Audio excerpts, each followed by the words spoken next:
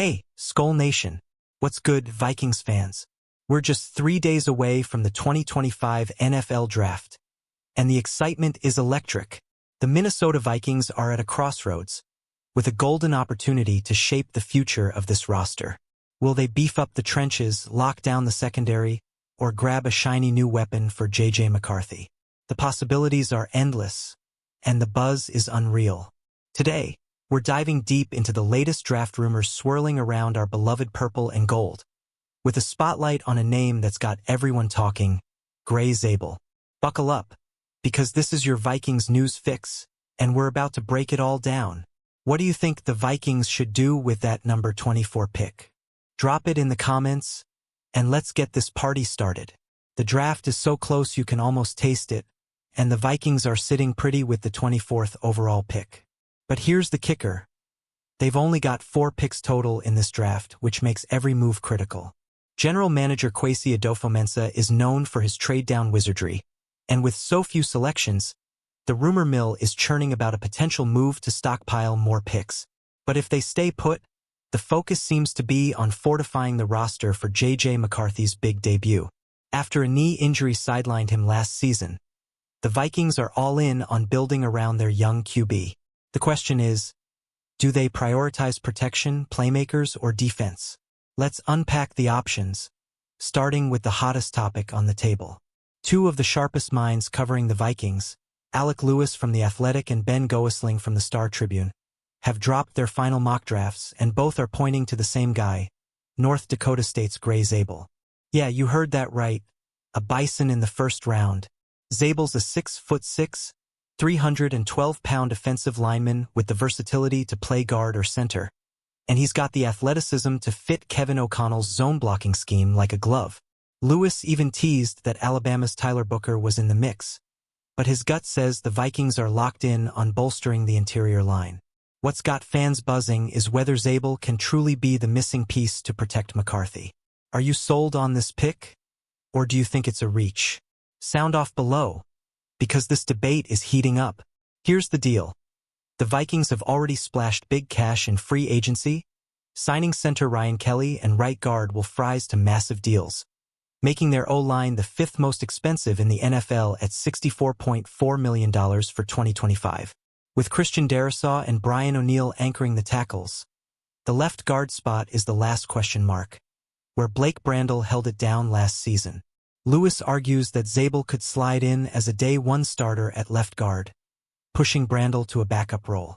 But here's the twist: some scouts, including our source, give Zabel a 3rd-round grade, not a 1st. So, is this a bold move to lock in a long-term solution, or are the Vikings reaching too early? Let's dig deeper into why Zabel's name is climbing draft boards. Zabel's stock has been skyrocketing, and it's not hard to see why. This guy was a first-team FCS All-American, helping North Dakota State win a national title with his brother Jet by his side. At the NFL Combine, he turned heads with a 36.5-inch vertical jump, tops among linemen, and a 9.48 relative athletic score, ranking 79th out of 1,508 tackles since 1987. His tape shows a sub-2% pressure rate on deep pass sets, proving he can handle the big boys in the trenches. But here's the catch. Zabel played tackle in college, and his 32-inch arms might mean a shift to guard or center in the NFL. For the Vikings, his ability to play all 5 O-line positions is a massive draw, especially as a potential successor to Kelly at center. Do you think Zabel's versatility makes him worth a 1st-rounder? Let's talk about what he brings to the table.